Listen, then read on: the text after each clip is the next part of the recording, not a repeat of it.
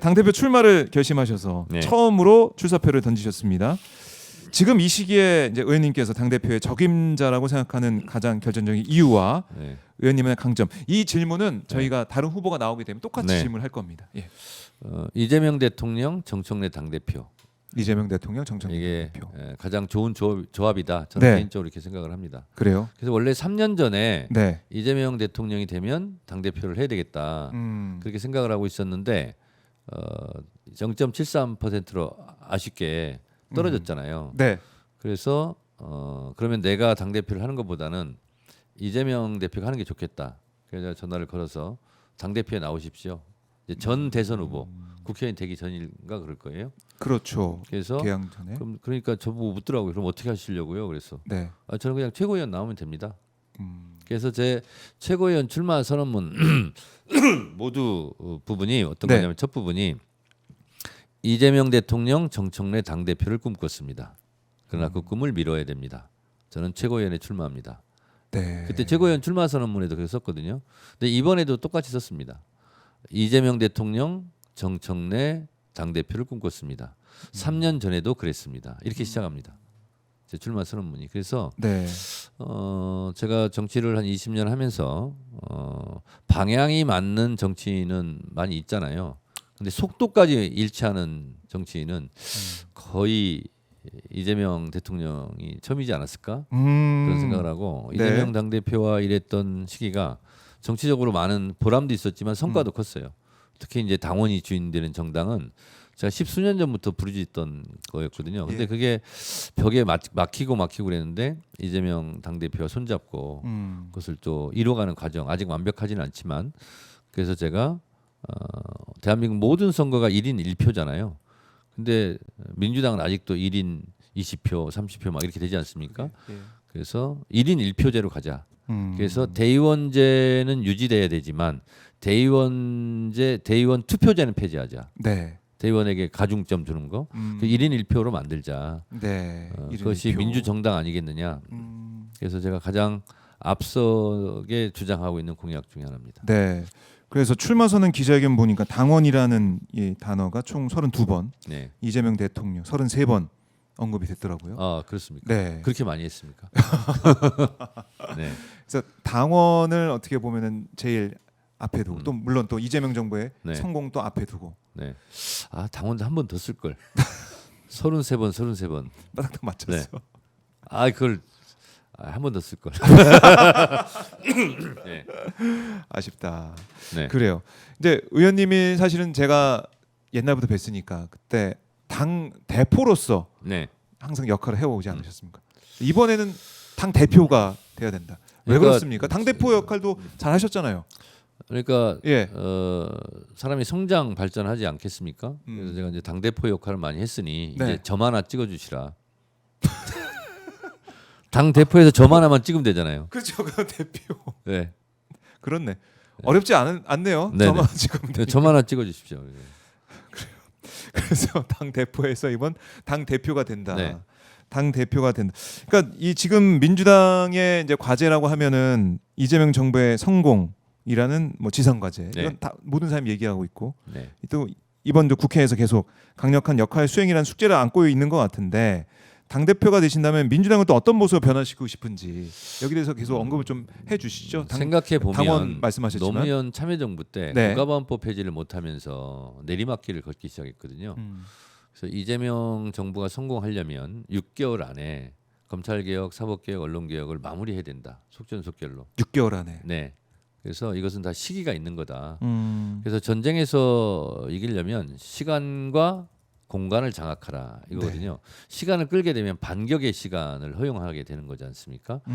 그리고 지금 이재명 대통령이 행정부의 수반이 됐고 네. 그 입법부는 국회는 또 민주당이 과반 의석을 점유하고 있고 이럴 때 빨리 속전속결로 해야 된다.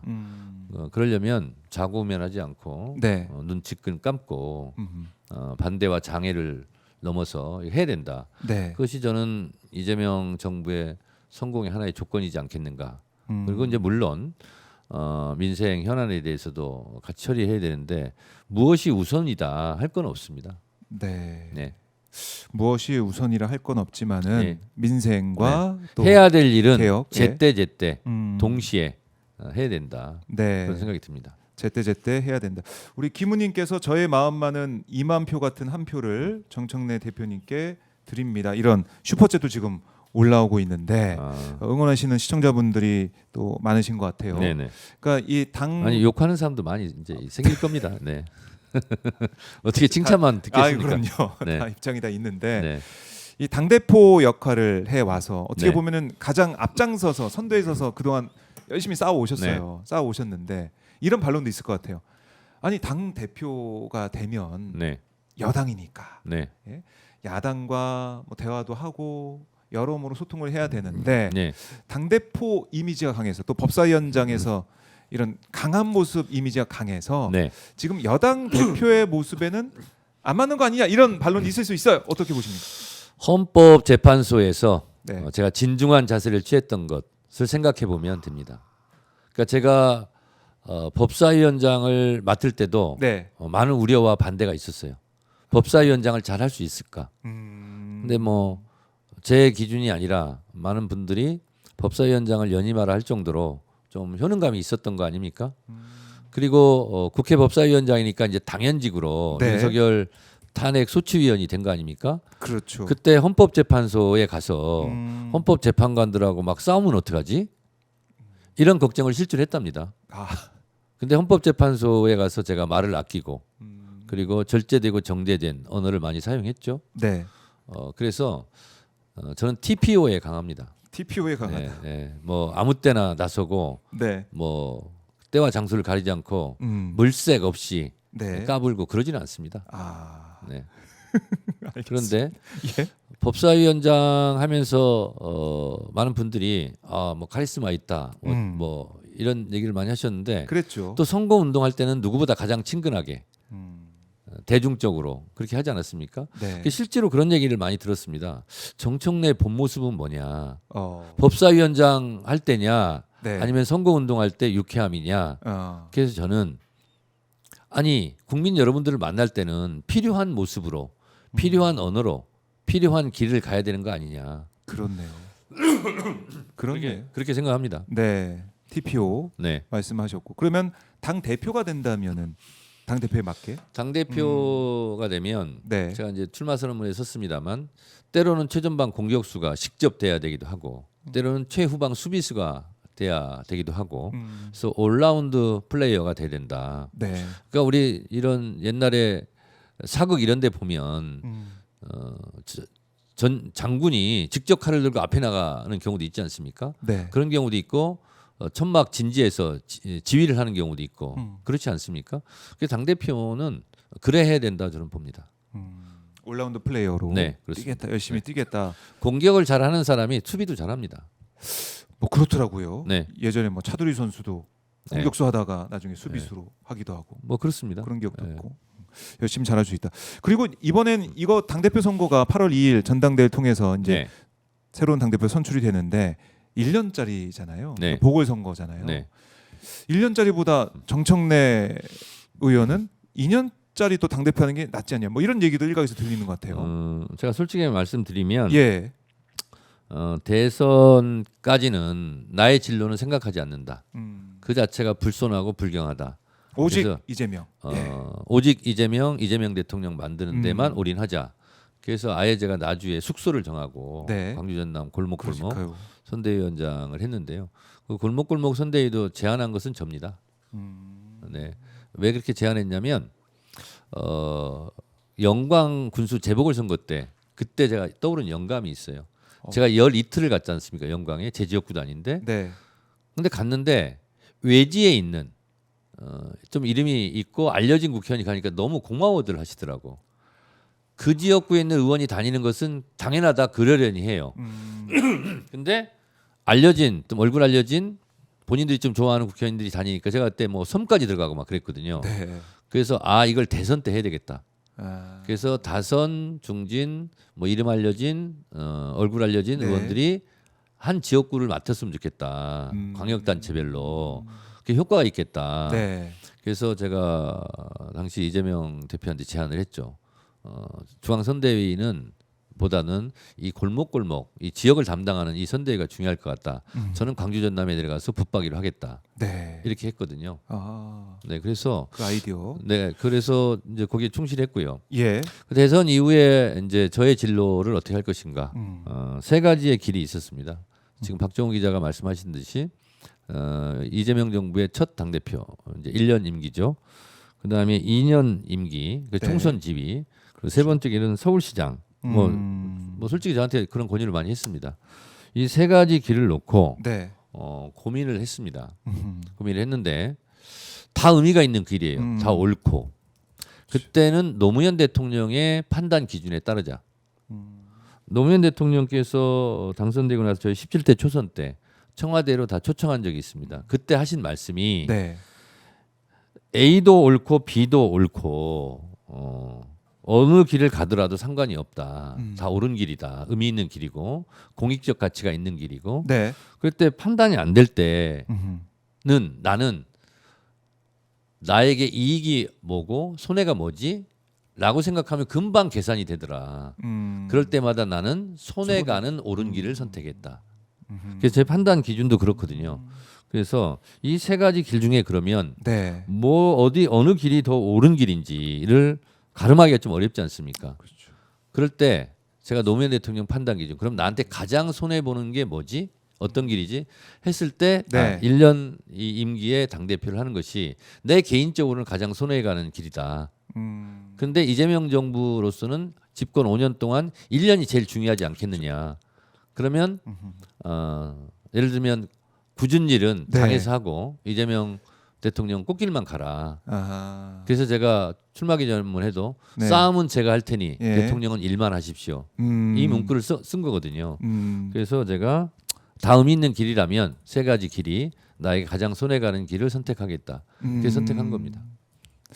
듣고 보니까 네.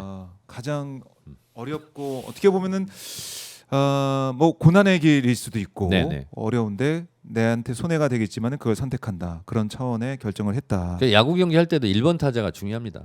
아, 그렇죠. 네. 예. 1번 리드오프가 타자가 진루를 나가냐, 안 하느냐 나가냐. 예. 마느냐. 맞아요. 이게 이제 카운트 수에도 지장을 주지만 네. 실제로 이제 그 다음에 음흠. 2번 타자, 3번 타자가 전략과 전술을 펼칠 수 있거든요. 네. 1번 타자가 출루했을 때. 음흠. 그래서 저는 1번 타자 당 대표가 되는 게 좋겠다 이렇게 생각했습니다. 1번 타자 당 대표가 되는 게 좋겠다. 네. 자, 지난번에 그 이재명 대통령 네, 관저 네, 만남 거기도 가셨잖아요. 네 그렇습니다. 이재명 대통령과 뭐 말씀 좀 나누셨는데 이것도 좀 궁금합니다. 많은 얘기를 나눴습니다. 어, 근데 말씀드리지는 않겠습니다. 혹시 선거에 대한 말씀도 좀 하셨어요? 말씀드릴 수 없습니다. 근데 보니까 분위기가 굉장히 화기애애하더라고요. 근데 이제 이런 거는 말씀드릴 수 있을 것 같아요. 네. 제가 조금 늦게 갔는데 이제 많은 분들이 와 계시고 소위 말한 개수영장으로 의심되는 거기서 이제 둘레둘레 앉아서 얘기를 하고 있는데 대통령이 저 먼발치 산 속에서 나타나는 거예요. 거기가 이제 출입문인가 봐요. 한 100m 정도를 걸어오시더라고. 네. 그게 다 있는 데서 제가 또 그런 건 잘하거든요. 예. 제가 제일 먼저 인사를 했어요. 그래서 고개를 얼마나 숙일까. 아. 이제 그 후보나 당 대표 시절에는 그런 게 없었거든요. 네. 그냥 웃고 떠들고 같이 이제 뭐 즐겁게 지냈는데 예. 이제 국가 원수 행정부 수반이 됐잖아요. 그랬을 때는 어떻게 할 것인가. 그래서 제가 너무 허리를 막 90도로 막 숙이는 것도 그렇고 너무 네. 안 숙이는 것도 그렇고 적당하게 45도 방향으로 예. 고개를 숙여 정중하게 예의를 표하자. 그게 제일 먼저 했어요 제가. 네. 그리고 나서 제가 감시했잖아요. 고개를 적절하게 숙여라. 근데 어떤 사람이 너무 많이 숙이더라고. 그래서 그래? 그건 너무 과하다. 그때 대통령이 막 그러지 말라고 그랬고 그렇게 했는데 그리고 단 인사하고 나서 우리 사진이나 찍읍시다. 예. 대통령께서 그러더니 그 하얀 의자를 본인이 들고 가는 거예요. 이 의자 지금 네. 사진에 보는 저 의자, 이 의자 이재명 직접. 대통령이 앉았던 저 의자를 본인이 막 들고 가시는 거예요. 그래서 아이고 그래서 제가 얼른 제가 앉은 의자를 들고 가가지고 사진을 또 제가 제일 먼저 찍었는데 예.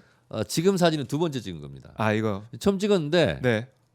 그 이제 사람들이 막 그러는 거예요. 예. 정청래 의원도 쫄았네. 뭐 왜 이렇게 어색해? 경직돼 있어. 막 이러는 거예요. 제가 사진을 이렇게 찍었더라고요. 이렇게. 손을 이렇게 딱 벌리고 이러고 찍었는데 네. 못 쓰겠더라고. 아 그래서 그래서 한번 다 더 찍고 찍었어요. 나서 대통령이 좀 다시 한번 찍어야 되겠습니다. 쫄았어.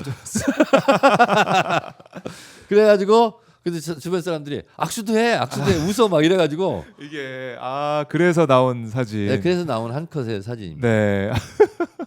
대통령 이재명 또 다르죠. 그렇습니다. 그래서 저도 예. 대통령이 되고 나서 이제 처음 뵙는 거잖아요. 그래서 어떤 호칭, 어떤 표정 이렇게 해서 네. 정확하게 대통령님 이렇게 해야 되겠다. 대통령님. 근데 첫 마디가 뭐였는지 알아요? 아니 님자는 무슨 님자예요. 근데 님자 안 붙이면 이상해요. 대통령. 그렇죠, 이상하잖아요. 그렇죠, 이상하죠. 그 님자를 붙여야 됐고 대통령님.